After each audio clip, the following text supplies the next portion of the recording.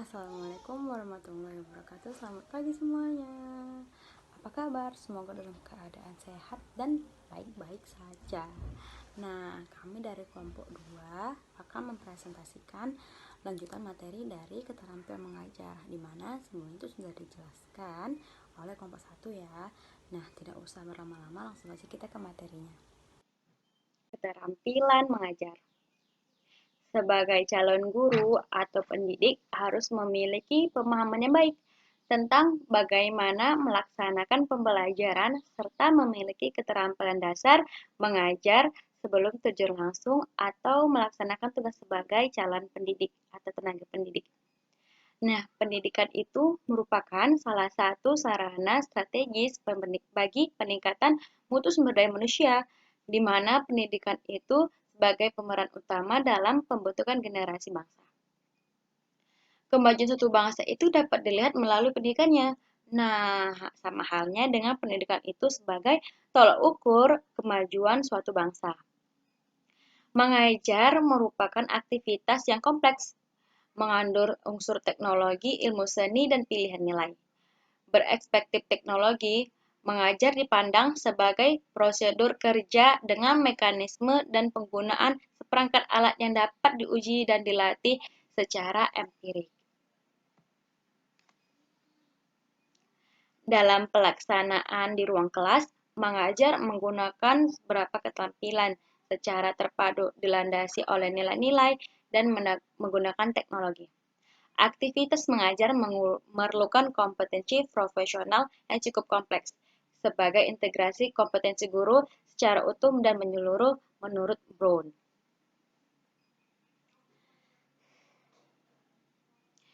Meskipun aktivitas mengajar itu sangat kompleks, terutama bagi calon guru yang baru belajar yang tentang mengajar, elemen-elemen keterampilan tercakup di dalamnya dapat dipelajari dan dilatihkan kok.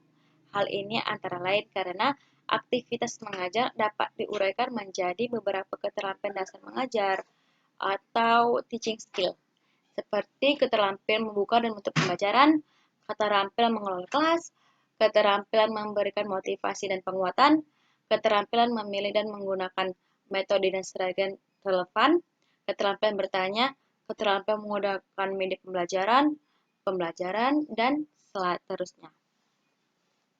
Semua keterampilan tersebut dapat dilatih dan dikuasai oleh guru atau calon guru melalui proses latihan, baik berupa latihan atau secara terisolasi atau keterampilan tentu saja, ataupun latihan secara lengkap dan terintegrasi.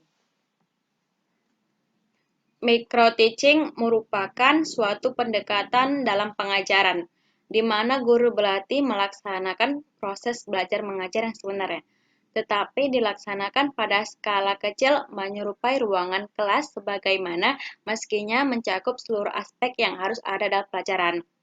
Alfara 1199.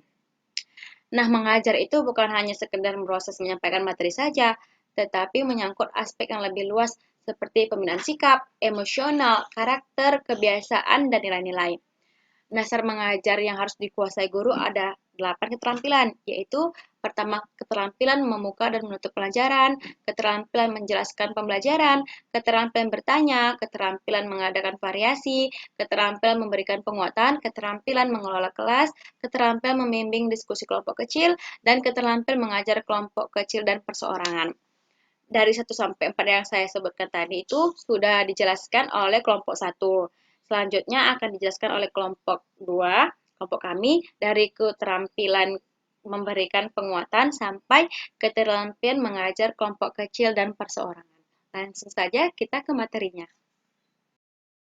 Nah, untuk materinya yang lebih lanjut itu akan disampaikan oleh teman saya, yaitu keterampilan memberikan penguatan oleh Desi Mariana, keterampilan mengelola kelas Febrianti Hutahayan, keterampilan mengajar kelompok kecil dan perseorangan Gira Berlian, dan keterampilan memimpin diskusi kelompok kecil oleh Sarasati.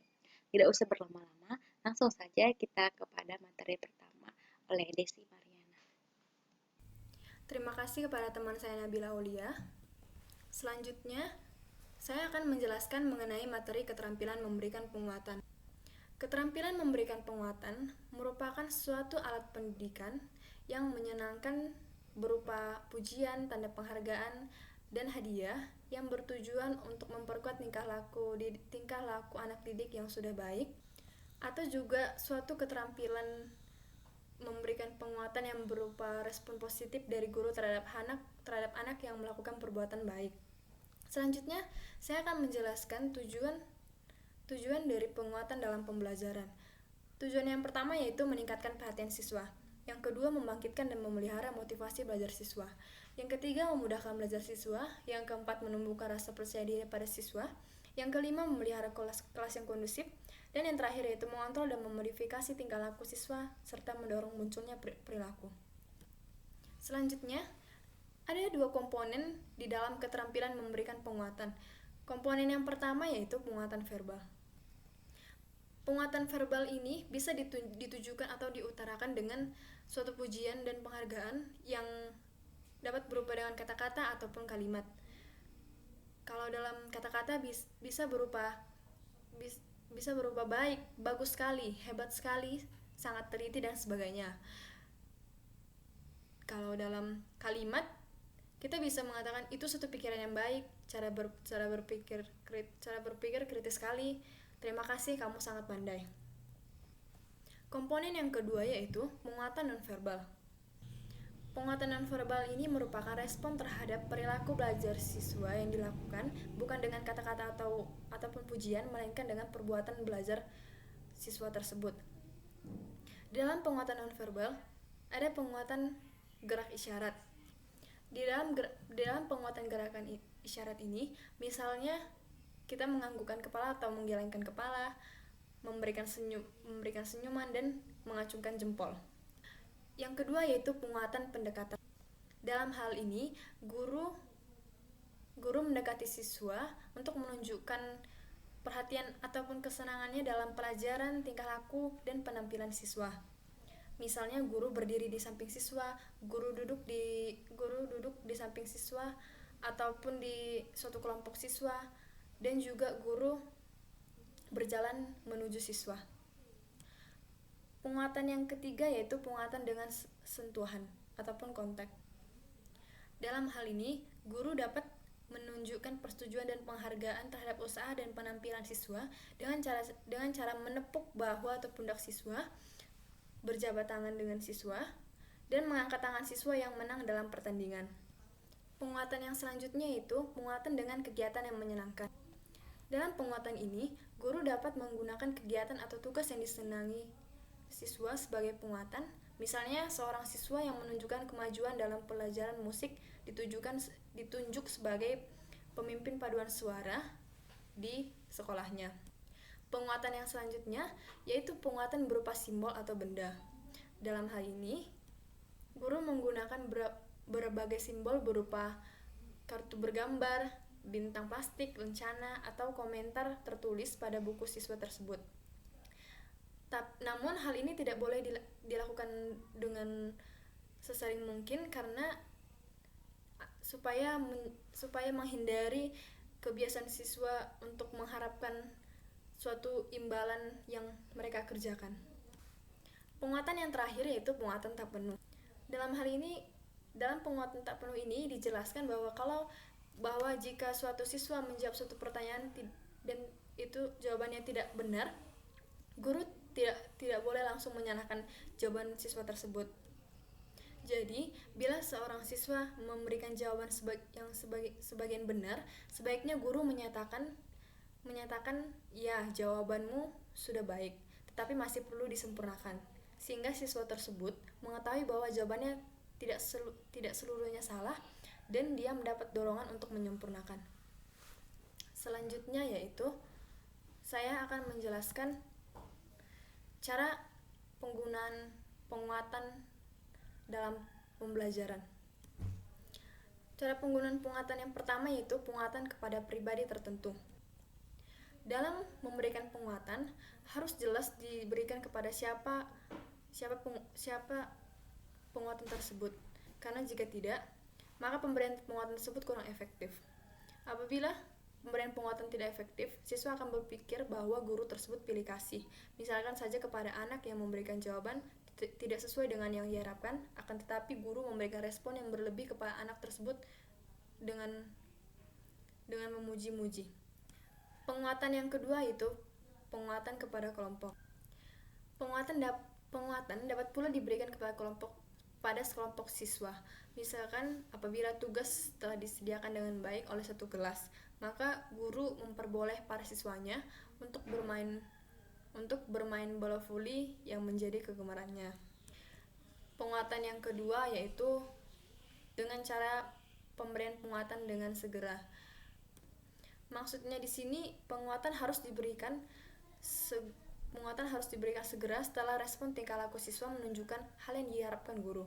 Guru harus cepat tanggap dengan pemberian penguatan yang berdampak positif agar tidak menurunkan atau menghilangkan respon positif dari siswa karena hal tersebut menyebabkan kurang efektif penerapannya. Yang terakhir yaitu variasi bentuk penguatan.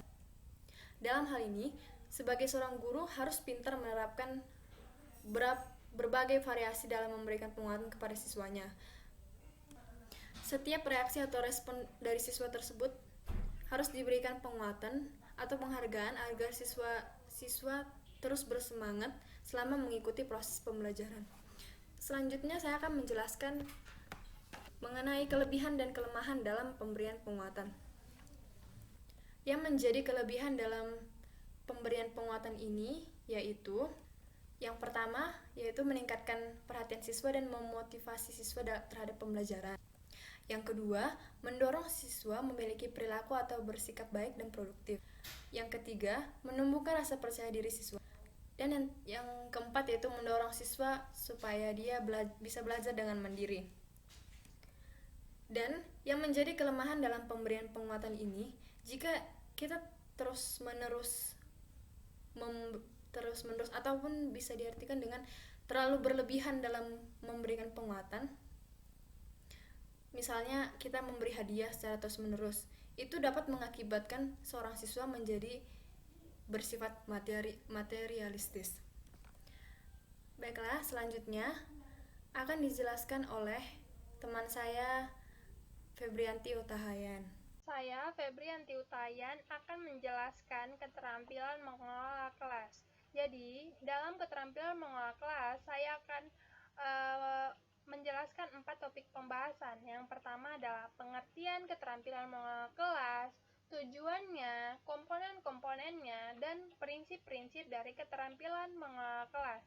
Jadi, yang pertama, pengertian keterampilan mengelola kelas adalah keterampilan yang digunakan oleh seorang guru dalam proses pembelajaran, gunanya untuk mengkondisikan belajar siswa dengan harapan supaya terjadi suatu kondisi kelas yang kondusif, memaksimalkan prasarana dan sarana, menjaga keterlibatan siswa, menciptakan dan mempertahankan kondisi belajar yang optimal, dan rasa nyaman pada saat proses belajar mengajar. Kemudian, tujuan penggunaan pengelolaan kelas terbagi 2, yaitu bagi guru dan bagi siswa. Yang pertama, bagi siswa. Keterampilan mengelola kelas untuk siswa bermaksud yang pertama, mendorong siswa mengembangkan tanggung jawab individu terhadap tingkah lakunya, serta sadar untuk mengendalikan dirinya. Yang kedua, membantu siswa mengerti akan arah tingkah laku yang sesuai dengan tata tertib kelas dan melihat atau merasakan teguran guru sebagai suatu peringatan, bukan kemarahan. Yang ketiga, menimbulkan rasa berkewajiban melibatkan diri dalam tugas serta bertingkah laku yang wajar sesuai dengan aktivitas-aktivitas yang ada di kelas. Yang kedua, bagi guru. Tujuan keterampilan kelas bagi guru adalah untuk melatih keterampilan dalam hal yang pertama, mengembangkan pengertian dan keterampilan dalam pemeliharaan kelancaran penyajian dan langkah-langkah pelajaran secara tepat dan baik. Yang kedua, memiliki sandaran terhadap kebutuhan siswa dan mengembangkan kompetensinya di dalam memberikan pengarahan yang jelas kepada siswa. Yang ketiga, memberikan respon secara efektif terhadap tingkah laku yang menimbulkan gangguan-gangguan kecil atau ringan, serta memahami dan menguasai seperangkat kemungkinan strategi yang digunakan dalam hubungan dengan masalah tingkah laku yang berlebih-lebihan atau terus-menerus melawan di kelas. Yang kedua adalah komponen pengelolaan kelas. Komponen-komponen keterampilan pengelolaan kelas adalah yang pertama adalah keterampilan yang berhubungan dengan penciptaan dan pemeliharaan kondisi belajar yang optimal dan bersifat preventif, yaitu 1. Menunjukkan sikap tangkap. Yang kedua, membagi perhatian baik dikerjakan secara visual maupun verbal. Yang ketiga, memusatkan perhatian kelompok. Yang keempat, memberikan petunjuk-petunjuk yang jelas. Yang kelima, menegur secara tegas dan jelas yang ditunjukkan kepada siswa yang mengganggu. Yang keenam, memberikan penguatan, baik kepada siswa yang mengganggu maupun kepada siswa yang bertingkah laku baik. Sebagai contohnya, bagi siswa yang bertingkah laku baik. Yang kedua adalah keterampilan yang berhubungan dengan pengembalian kondisi belajar yang optimal. Terbagi 3, yaitu yang pertama, memodifikasi tingkah laku yang kurang baik dan menimbulkan gangguan. Yang kedua, pengelolaan kelompok dengan cara mempelancar tugas dan memelihara kegiatan kelompok. Yang ketiga adalah prinsip pengelolaan kelas. Jadi, prinsip pengelolaan kelas itu ada 6. Yang pertama adalah kehangatan dan keantusiasan. Jadi, kehangatan dan keantusiasan di sini, guru dapat memudahkan terciptanya iklim kelas yang menyenangkan, yang merupakan salah satu syarat wajib bagi belajar mengajar yang optimal. Yang kedua, tantangan. Penggunaan kata-kata, tindakan, atau bahan yang menantang akan meningkatkan gairah siswa untuk belajar sehingga mengurangi kemungkinan terjadinya tingkah laku yang menyimpang. Yang ketiga, bervariasi. Penggunaan variasi dalam media, gaya, interaksi, mengajar merupakan kunci pengelolaan kelas untuk menghindari kejenuhan serta pengulangan aktivitas yang menyebabkan menurunnya kegiatan belajar mengajar dan tingkah laku positif siswa. Yang keempat, keluasan itu diperlukan untuk tingkah laku guru untuk dapat merubah berbagai strategi mengajar dengan memanipulasi berbagai komponen keterampilan yang lain. Yang kelima, penekanan pada hal-hal positif. Pada dasarnya di dalam mengajar dan mendidik, guru harus menekankan kepada hal-hal yang positif. Contohnya, guru memberikan aksentuasi terhadap tingkah laku siswa yang positif dan menghindari ocehan atau celaan atau tingkah laku yang kurang wajar. Yang kedua, penguatan terhadap tingkah laku siswa yang positif. Yang keenam, penanaman disiplin diri. Jadi kegiatan ini tujuan akhir pengelolaan kelas. Untuk mencapainya, guru harus selalu mendorong siswa untuk melaksanakan disiplin diri sendiri. Terima kasih. Baik, terima kasih kepada Saudari Febrianti. Saya Gira Berlian Gabriela Tagalung akan melanjutkan presentasi mengenai mengajar kelompok kecil dan perseorangan. Nah, mengajar kelompok kecil dan perseorang merupakan cara guru untuk mendekatkan diri kepada siswa. Nah, di sini terjalin hubungan yang lebih akrab antara guru dengan siswa. Pada metode mengajar sebelumnya, si guru akan mengajar di depan kelas tetapi tidak ada terjalin hubungan yang lebih dekat dengan siswa. Nah, dalam metode mengajar kelompok kecil dan perseorangan, guru diminta untuk bisa lebih dekat lagi dengan siswa. Nah, di sini si guru akan membentuk beberapa kelompok dan mengajarkan beberapa materi untuk dipresentasikan di depan kelas. Nah, ketika si siswa dalam kelompok kecil tidak mengerti, maka si siswa akan bertanya kepada guru dan guru tersebut akan mengajarkan langsung kepada kelompok tersebut, dan jika perseorangan juga tidak mengerti, maka guru akan langsung datang ke tempat duduk dan langsung mengajarkan beberapa materi yang tidak dimengerti oleh siswa tersebut. Nah, dalam mengajar kelompok kecil dan perseorangan ini terdiri atas 3-8 orang untuk kelompok kecil dan seorang untuk perseorangan. Nah, di sini akan kita bahas selanjutnya mengenai peran guru dalam mengajar kelompok kecil dan perseorangan. Pertama, yaitu organisator dalam kegiatan belajar mengajar. Di sini guru mengatur dan mengarahkan cara belajar siswa dalam belajar dan mengarahkan siswa terhadap tugas-tugas yang diberikan oleh guru. Di sini si guru akan mengatur semuanya, dan dia mengatur tempat duduk siswa, posisi duduk siswa, lingkungan belajar siswa, sumber belajarnya, dan sehingga terjadi suasana yang lebih kondusif dan lebih efektif. Nah, kemudian yaitu peran guru yaitu sumber informasi bagi siswa.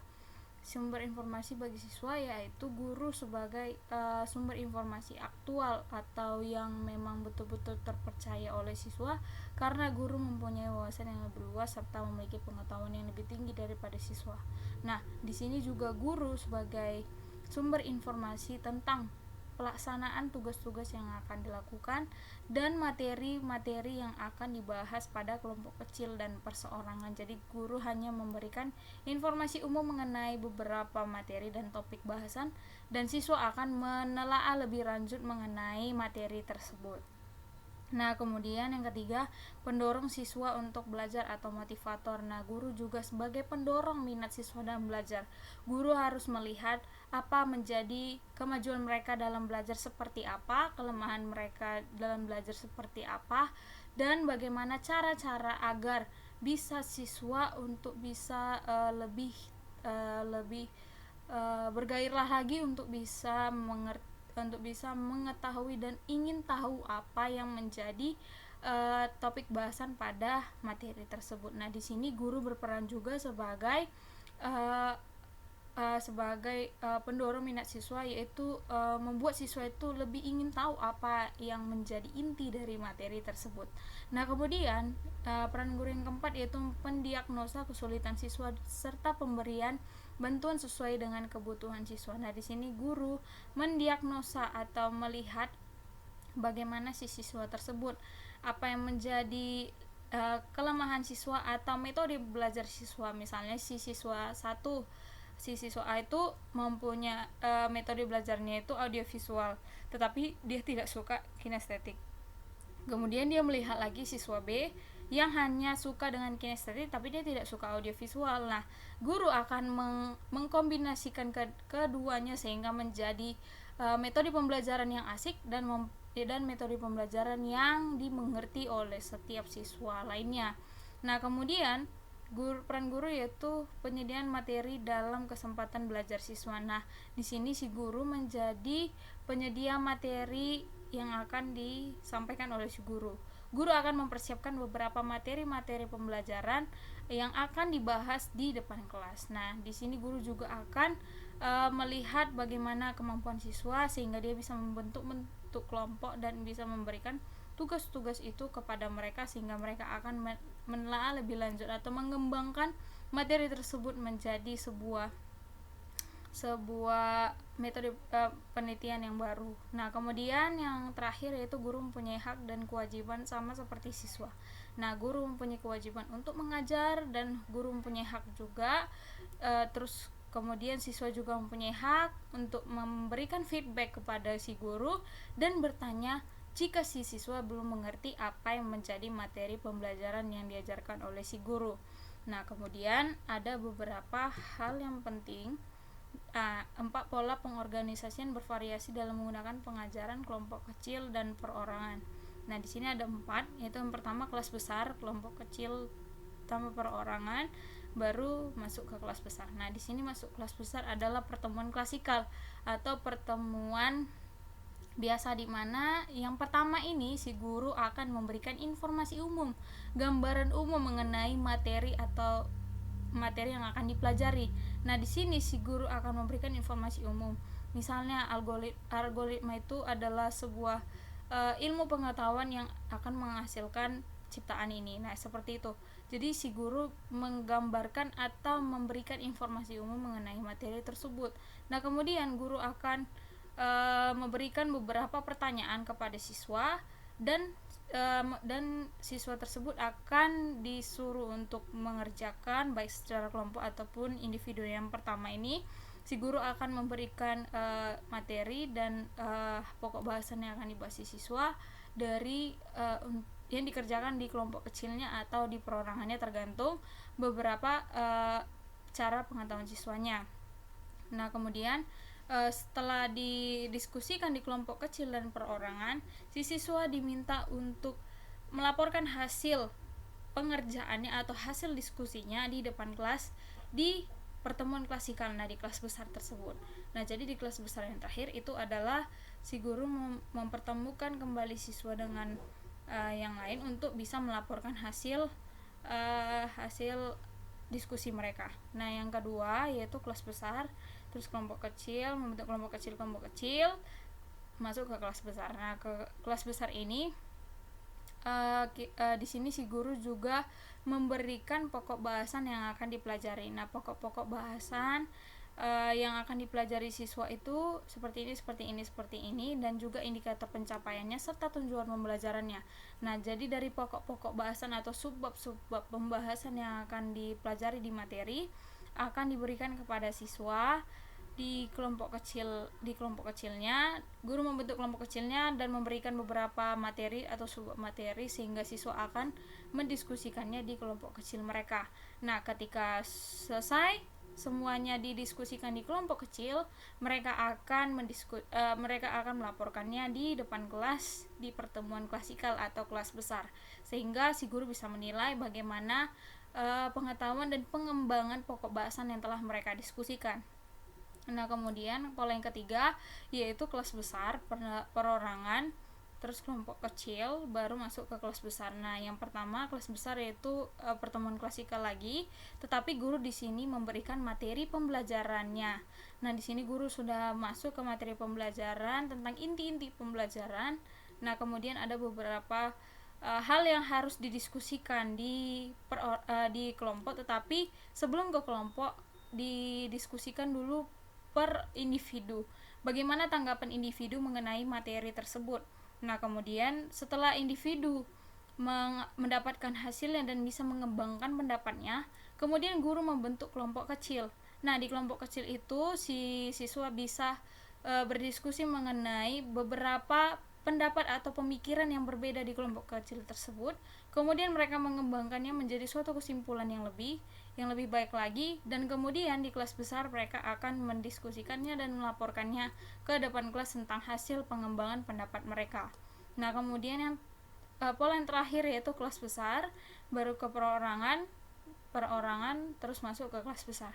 Nah, di kelas besar atau di pertemuan klasikal, di sini si guru sudah menjelaskan penjelasan umum mengenai materi yang tadi dijelaskannya.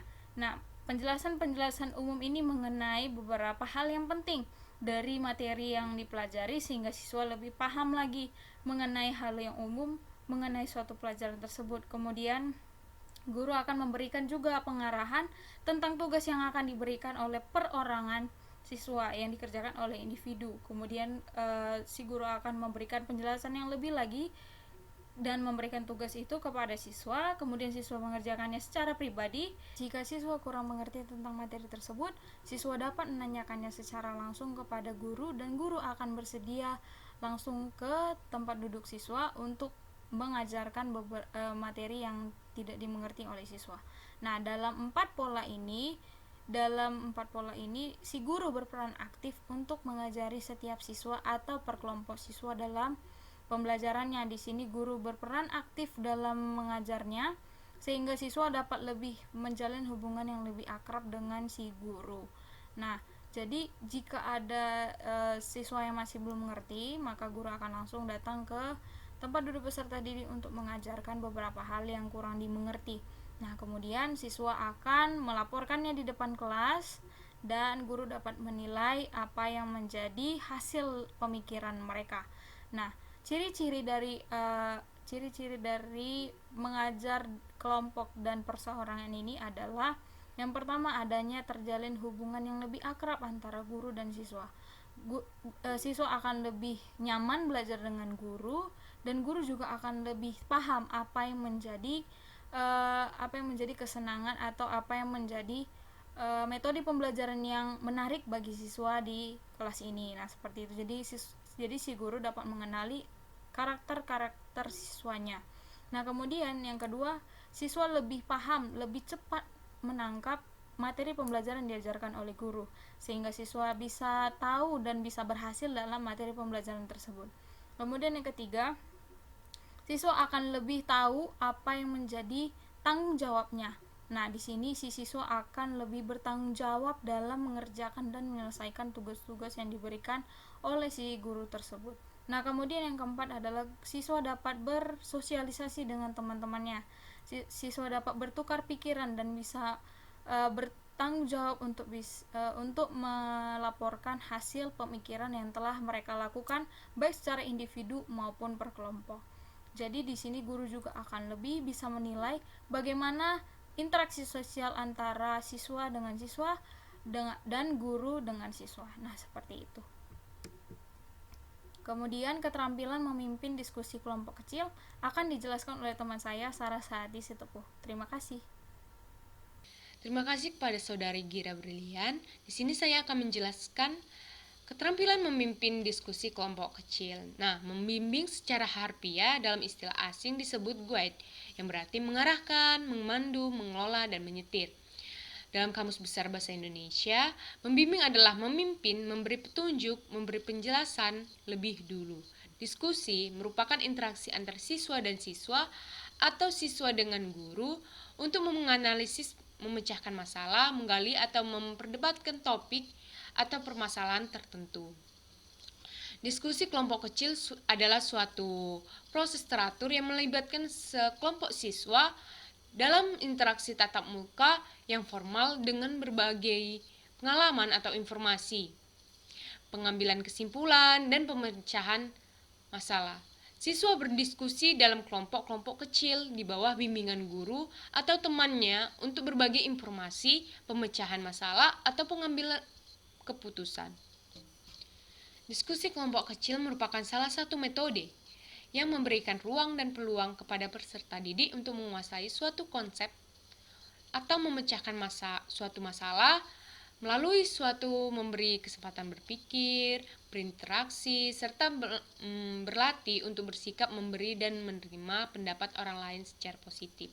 Tujuannya adalah memberikan ruang atau peluang bagi peserta didik untuk belajar secara aktif dalam menguasai memecahkan masalah dan mengembangkan pola pikir positif dalam berinteraksi.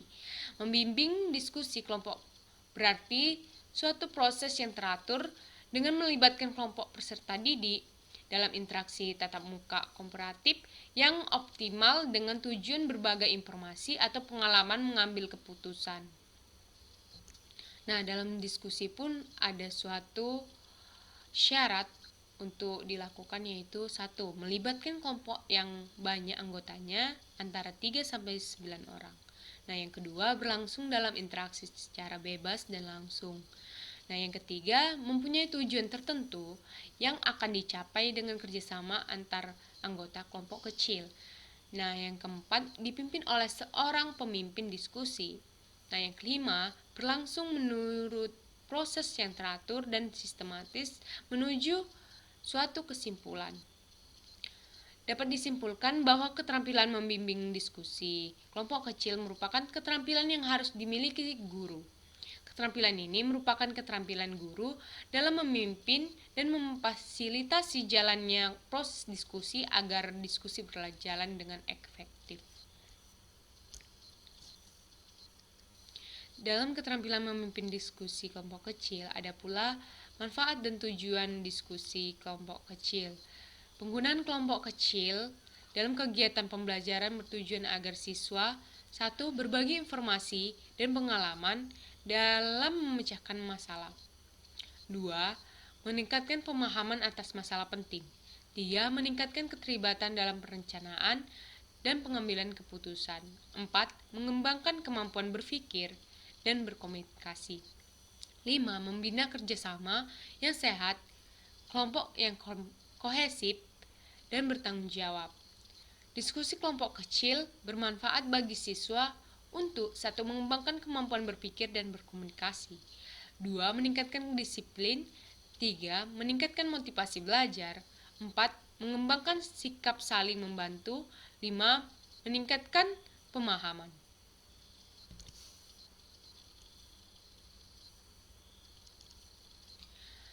Diskusi kelompok kecil sangat bermanfaat untuk memberikan pengalaman pendidikan bagi anak-anak didik yang terlibat di dalamnya potensi yang berpengaruh terhadap partisipasi seperti saling memberi informasi, dapat mengeksplorasi gagasan, meningkatkan pemahaman baru tentang hal-hal yang bermanfaat, dapat membantu menilai dan memecahkan masalah, mendorong pengembangan berpikir dan berkomunikasi secara efektif dalam kelompok untuk menampilkan hari depan mereka dalam masyarakat dan dalam kegiatan-kegiatan sosial. Nah, yang kedua yaitu hal-hal yang perlu diperhatikan dalam diskusi kelompok kecil. Sebagai pemimpin, yang harus diperhatikan guru adalah 1. Diskusi harus dilakukan dalam suasana terbuka. 2. Dapat memastikan bahwa guru dan anak didik telah memiliki latar belakang informasi untuk mendiskusikan topik secara baik. Nah, yang ketiga, diskusi kelompok kecil harus dipersiapkan secara baik. Diperlukan narasumber, pertanyaan kunci, dan bahan yang dapat untuk mengatur diskusi yang bertujuan membimbing dan memberikan stimulasi pada tanggapan anak didik. Nah, yang keempat, dalam mempersiapkan diskusi, ditetapkan dulu besarnya kelompok. Nah, yang kelima, tempat duduk. Yang ketiga yaitu kekuatan dan kelemahan diskusi. Diskusi kelompok kecil memiliki kelebihan atau juga bisa disebut kekuatan, yaitu 1. Kelompok kecil memiliki sumber yang lebih banyak daripada individu. 2. Anggota kelompok sering diberi masukan dan motivasi dari anggota lain yang berusaha agar menyumbangkan pikiran bermanfaat untuk keberhasilan kelompok. Nah, yang ketiga, kelompok dapat menghasilkan keputusan yang lebih baik. 4. Anggota kelompok memiliki ikatan yang kuat terhadap keputusan yang diambil dengan melakukan keterlibatannya dalam diskusi. 5. Partisipasi pada diskusi akan meningkatkan saling pengertian antar individu dalam suatu kelompok dan dengan kelompok yang lain. Kelemahan itu juga memiliki kelemahan atau keterbatasan, yaitu 1. Memakan waktu, diskusi memakan waktu. 2. Pemborosan waktu. 3. Diskusi dapat menekan pendirian. Nah, yang keempat yaitu keterampilan membimbing diskusi. Beberapa komponen yang terdapat dalam keterampilan membimbing diskusi yaitu 1. Memusatkan perhatian siswa pada tujuan dan topik diskusi. Nah, caranya 1. Rumuskan tujuan dan topik yang akan dibahas pada awal diskusi. Nah, yang kedua, kemukakan masalah-masalah khusus. Yang ketiga, catat perubahan atau penyimpanan diskusi dari tujuan. Nah, yang keempat, rangkum hasil pembicaraan dalam diskusi. 2. Memperluas masalah atau urutan pendapat. Selama diskusi berlangsung, sering terjadi penyampaian ide yang kurang jelas hingga sukar ditangkap oleh anggota kelompok, yang akhirnya menimbulkan kesalahpahaman hingga keadaan dapat menjadi tegang. Dalam hal ini, tugas guru dalam memimpin diskusi untuk memperjelasnya, yakni dengan cara menguraikan kembali atau merangkum urunan tersebut hingga menjadi jelas, meminta komentar siswa dan mengajukan pertanyaan-pertanyaan yang membantu mereka memperjelas atau mengembangkan ide tersebut. Yang ketiga, menguraikan gagasan siswa dengan memberi informasi tambahan, atau contoh-contoh yang sesuai hingga kelompok memperoleh pengertian yang lebih jelas. Nah, yang ketiga yaitu menganalisis pandangan siswa. Dalam diskusi sering terjadi perbedaan antara anggota kelompok. Dengan demikian, guru hendaknya mampu menganalisis alasan perbedaan tersebut dengan cara yaitu 1. Meneliti apakah alasan tersebut memang mempunyai dasar yang kuat. 2. Memperjelas hal-hal yang disepakati dan yang tidak disepakati. Nah, selanjutnya yang keempat, meningkatkan daya pikir siswa.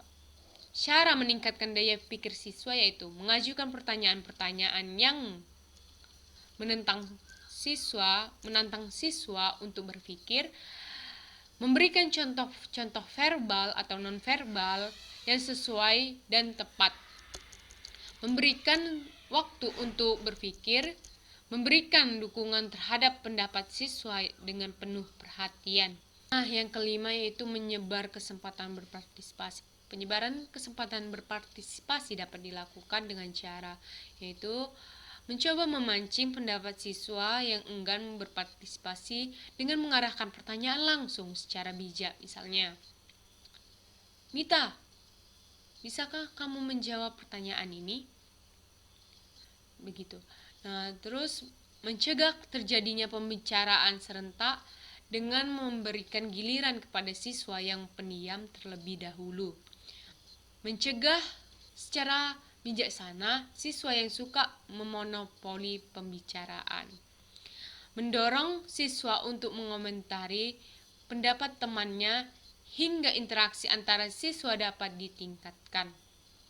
Nah, yang keenam itu menutup diskusi. Keterampilan akhir yang harus seorang guru kuasai adalah penutup diskusi. Hal ini dapat dilakukan dengan cara membuat rangkuman hasil diskusi dengan bantuan para siswa.